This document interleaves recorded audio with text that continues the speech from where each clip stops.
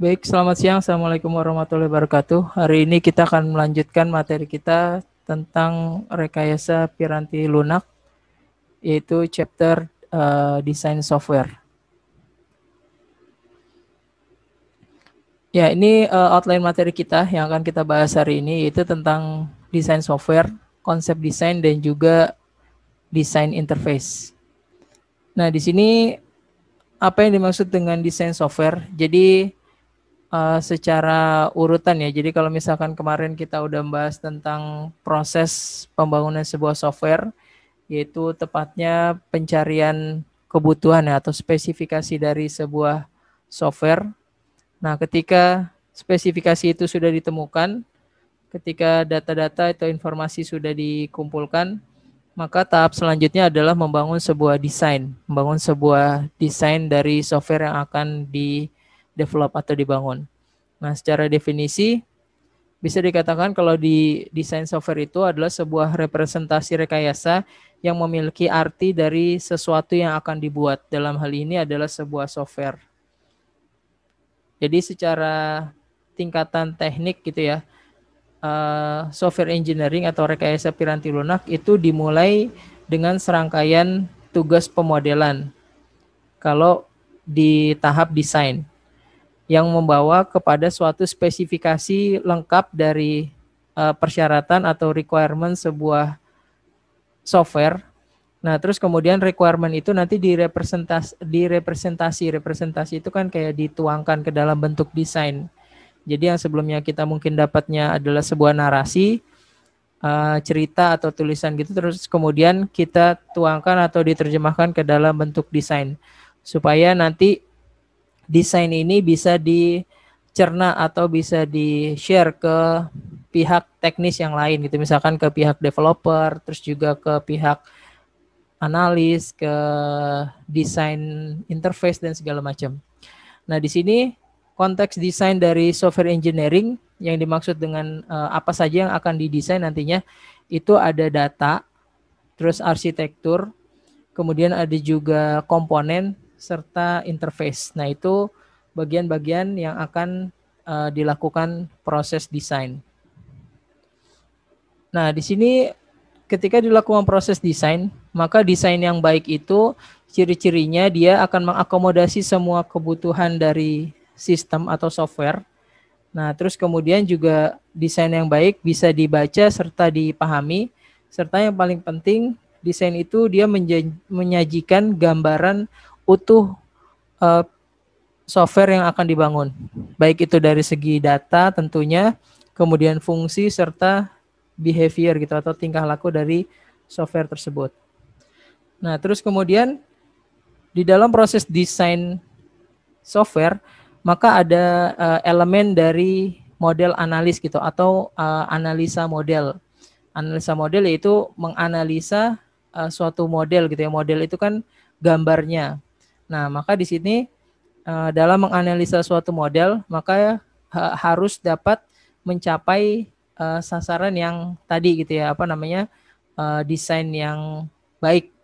Nah, itu menggambar kebutuhan seluruh user gitu ya, kebutuhan dari customer atau user itu harus tergambar secara utuh. Kemudian juga bisa membangun dasar bagi pembuatan desain software. Jadi analisa model ini itu nanti landasan untuk membangun software tersebut gitu ya. Jadi gambarannya itu sasarannya itu untuk mencapai dasar pembangunan software di desain dasar. Kemudian juga bisa menggambarkan kebutuhan dari user serta membatasi serangkaian persyaratan yang dapat divalidasi ketika software dibangun.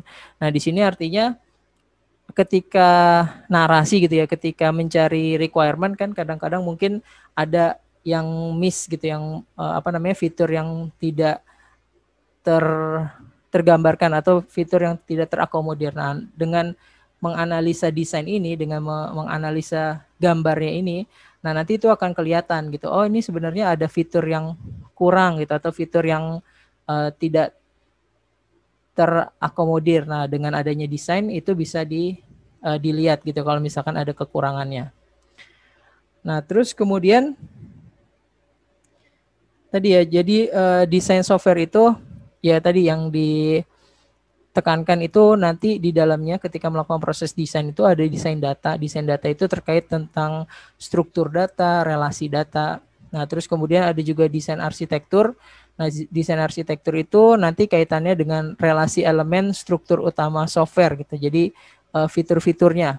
Terus kemudian ada juga desain level komponen, yaitu di mana di desain ini dia akan menerjemahkan struktur elemen menjadi deskripsi prosedur. Nah, terus kemudian tentunya ada desain interface atau desain tampilan, yaitu untuk komunikasi antara software dengan user. Jadi antara mesinnya si softwarenya itu dengan user, yaitu dia menggunakan interface. Nah, terus selanjutnya ini gambaran analisa model gitu ya, analisa model. Jadi untuk mencapai sasaran analisa model, nah maka ini yang perlu diperhatikan. Jadi ketika melakukan spesifikasi kebutuhan gitu, requirement, itu kan nanti dia dapat data-data. Nah, data-datanya itu dia diterjemahkan ke dalam bentuk desain. Nah, desain-desainnya itu antara lain misalkan di sini ada data. Nah, ini dari bawah ya. Misalkan kita mau mendesain data. Nah, ini dia data dasarnya itu dari data dictionary. Nanti penjelasannya dijelaskan selanjutnya. Terus kemudian bisa juga dari ERD gitu ya. Jadi kita membuat ERD dulu, kemudian dia nanti masuknya ke dalam pembuatan desain data. Terus kemudian ada juga desain arsitektur. Desain arsitektur itu bisa didapatkan dengan kita membuat sebuah data flow diagram atau DFD. Nah, ini datanya dari analisa sebelumnya, kemudian dituangkan ke dalam DFD. Nah, itu dia adalah sebuah arsitektur desain. Nah, terus kemudian untuk desain interface, nah itu bisa didapatkan dari state transition diagram ataupun dengan control specification. Nah, itu nanti masuknya ke dalam interface design, atau dari data flow diagram juga bisa menjadi sebuah interface design. Nah, terus kemudian komponen level design, nah ini didapatkan dari proses specification gitu atau PSPEC, dan juga dari state diagram maupun control specification. Nah, itu bisa menjadi komponen level design. Nah, ini jadi transisinya ya dari model analisa menjadi desain model. Jadi data-data yang diperlukan, nah itu akan menjadi gambaran bagaimana bentuk ke dalam desain sebuah software. Nah, untuk mencapai sasaran tersebut, maka dibuatlah model analisa. Nah, yang berisi ini, ada data dictionary. Nanti jadi yang dipersiapkan itu data dictionary, kemudian ada ERD, data flow diagram, ada state transition diagram, ada juga control specification. Nah, data dictionary itu adalah sebuah penyimpanan yang berisi deskripsi semua objek data gitu ya. Jadi terkait dengan data, semua definisi-definisinya dan juga atribut serta propertinya itu nanti masuk ke dalam data dictionary. Terus kemudian entity relationship diagram ini yang menggambarkan hubungan antar dua buah objek gitu ya. Jadi dari dasar pembuatan relasi data gitu, itu akan menjadi sebuah entity relationship diagram. Kemudian juga data flow itu dia yang akan memberikan indikasi mengenai bagaimana data ditransformasikan pada saat digunakan, atau juga menggambarkan fungsi dan juga subfungsi yang mentransformasikan aliran data. Nah, terus kemudian ada state transition diagram. Itu dia yang akan menunjukkan bagaimana sistem berlaku atau berperilaku sebagai hubungan sebab akibat gitu ya. Jadi nanti kita tahu kalau dia dilakukan sebuah proses A, maka dia apa yang akan dihasilkan gitu, nanti menggunakan state diagram.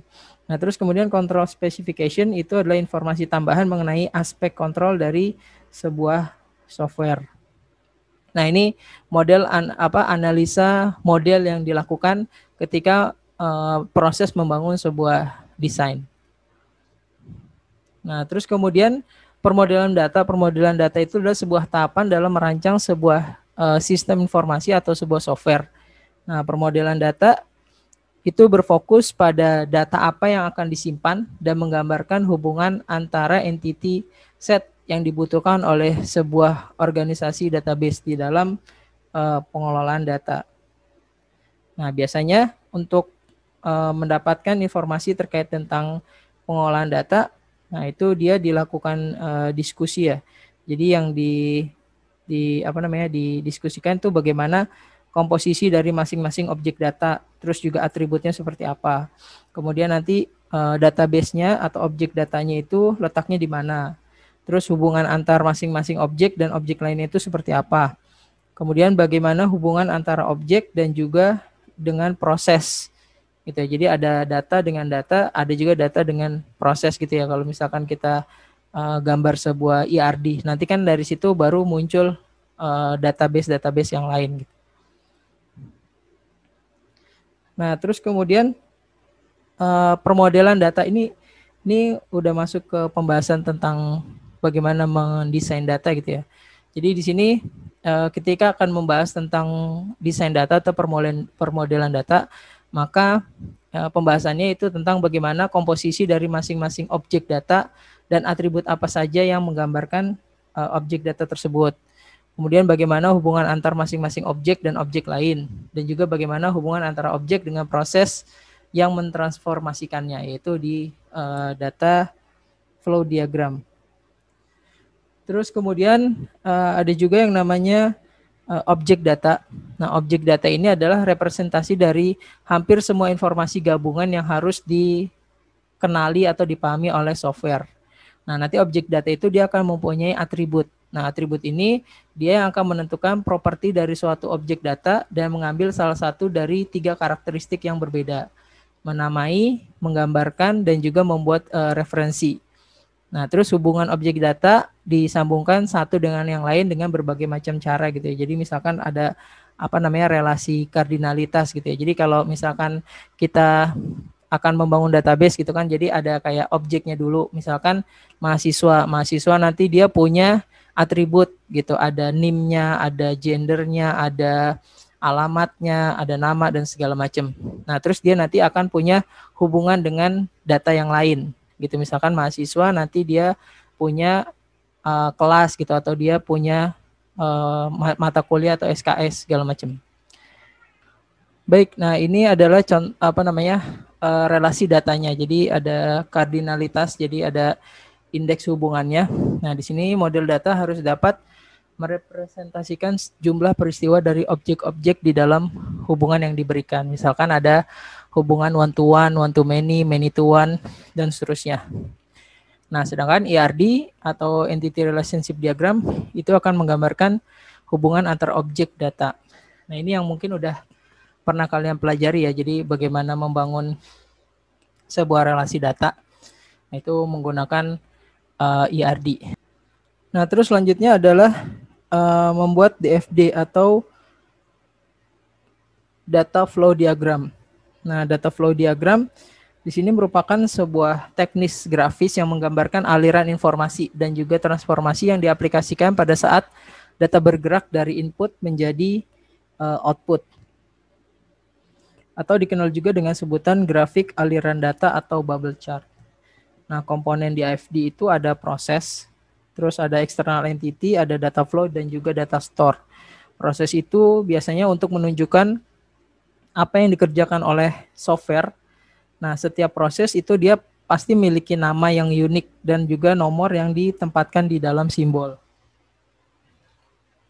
Kalau kalian desain di FD itu kan biasanya ada penamaan, terus kemudian ada kodenya. Nah, terus kemudian ada juga tadi external entity. Nah, external entity ini adalah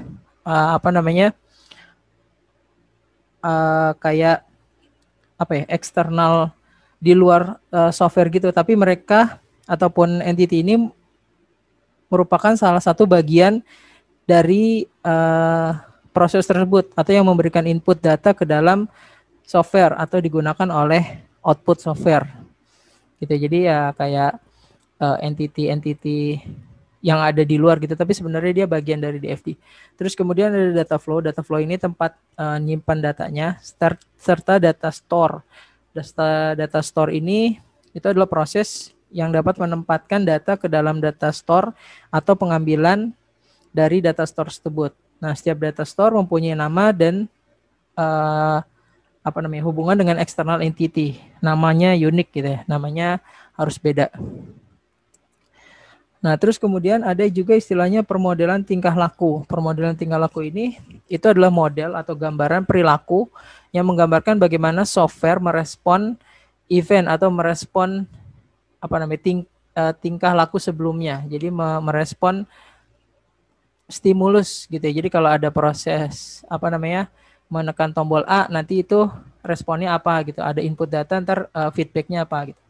Nah, itu kalau mau membuat sebuah itu biasanya langkah-langkahnya itu kayak membuat use case-nya dulu, evaluasi semua use case gitu ya. Jadi kayak ada aktornya, terus kemudian ada case yang dia lakukan, apa aja yang bisa dikerjakan.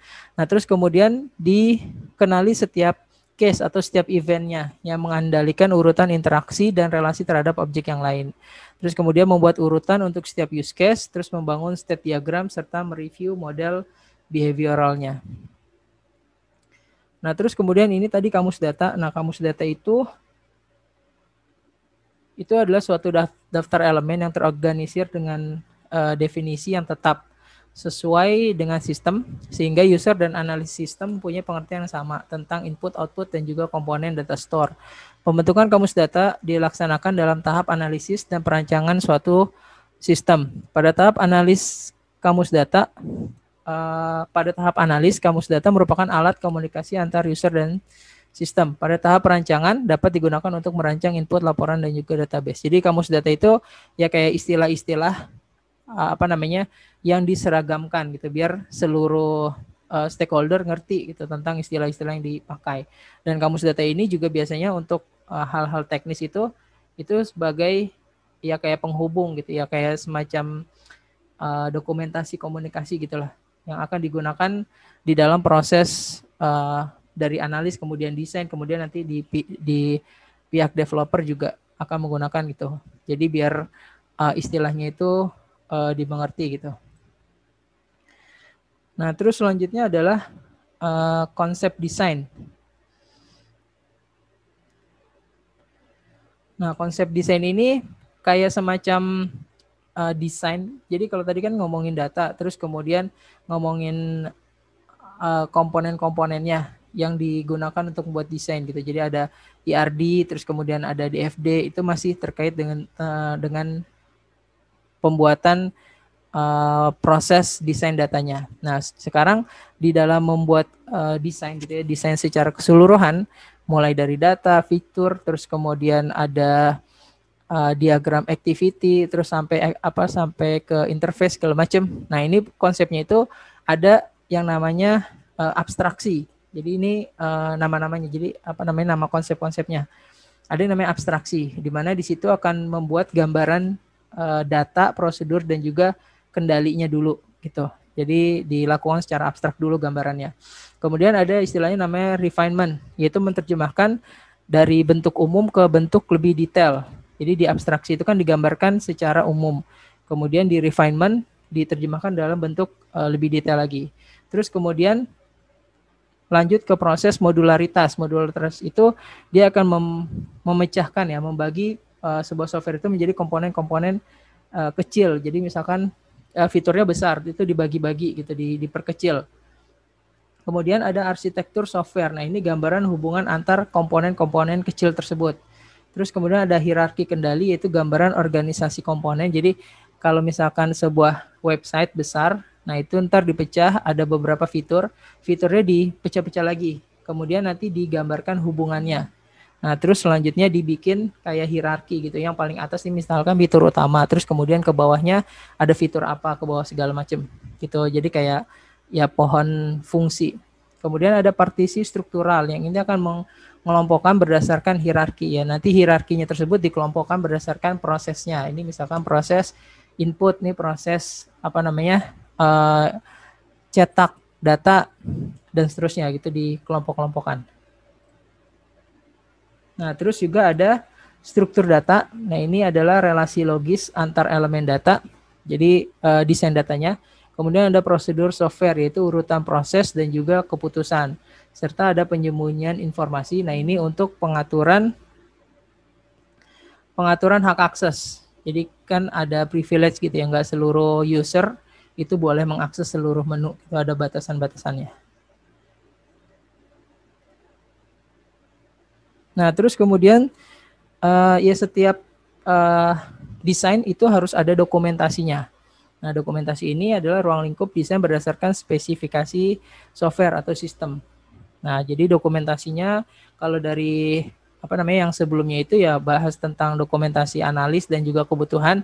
Nah, ini dokumentasi desain mulai dari dokumentasi desain datanya itu database, kemudian file informasi yang digunakan, terus kemudian desain arsitekturnya, desain interface-nya, desain komponen, terus juga batasan dari desain tersebut ya kayak memorinya, kemudian desain-desain tambahan itu yang diperlukan kayak algoritma, terus data-data tabel dan segala macam. Nah, itu harus diakomodir atau disimpan di dalam dokumentasi desain. Nah, ini balik tadi ke dokumentasi desain. Jadi di desain data itu dia akan menerjemahkan ERD di tahap analisa kebutuhan menjadi model data atau informasi dalam sudut pandang user atau customer. Nah, biasanya digunakan tools yang namanya Power Designer untuk mendesain physical data modeling gitu. Tapi macam-macam nanti tools yang bisa digunakan. Kemudian dari desain arsitektur itu adalah arsitektur software, yaitu struktur sistem yang menggambarkan komponen software tersebut, propertinya, dan juga relasi di antaranya. Nah, arsitektur software itu terdiri dari desain data dan juga desain arsitektur. Nah, kemudian desain arsitektur itu modelnya macam-macam. Nah, ini ada gaya arsitekturnya. Yang pertama ada model data center, ada data flow, ada call and return. Call and return ini dia menggambarkan hubungan antara program utama dan subprogramnya. Terus ada yang modelnya object oriented yang biasa digunakan, itu dia menggunakan objek ya, membungkus data dan operasi menjadi satu gitu. Dia kayaknya di encapsulate gitu, dijadiin sebuah objek. Kemudian ada yang modelnya nanti berlapis atau layer. Nah, ini contoh gaya arsitektur ini data center ya, data terpusat. Kemudian dia ada klien-klien software yang akan mengakses ke datanya tersebut. Nah, bisa jadi ini pakai model konsep client server gitu. Jadi nanti di kliennya ada software kecil-kecil sendiri yang harus diinstal. Nah, kemudian di servernya dia juga punya software utama gitu. Nanti komunikasi datanya ya klien akan mengambil data yang akan dibutuhkan gitu, dan hanya bisa dibuka oleh software yang ada di kliennya tersebut untuk mengakses ke data centernya. Terus kemudian ini model data flow. Nah, kalau data flow ini dia semacam beraluran gitu ya. Terus nanti ada istilahnya namanya pipes, pipa. Itu pipa dan filter. Nah, ini dia nanti prosesnya ya tergantung dari pipes-nya tersebut, tergantung dari alur-alur yang ada di di setiap penghubung gitu antar satu filter dengan filter yang lain. Nah, ini yang bawahnya ini ada jenis namanya batch sequence. Batch sequence ini secara berurutan filternya. Jadi nanti datanya itu disaring ya berdasarkan filter-filter yang diterapkan. Kemudian ini secara layer. Nah, ini arsitekturnya itu dia gunakan secara berlapis ya. Dia mulai dari core layer, kemudian nanti ada utility layer, ada application layer. Nah, sampai dia interface layer gitu. Jadi di desainnya itu berdasarkan lapisan-lapisan. Gitu, enggak secara keseluruhan. Tapi secara bertahap.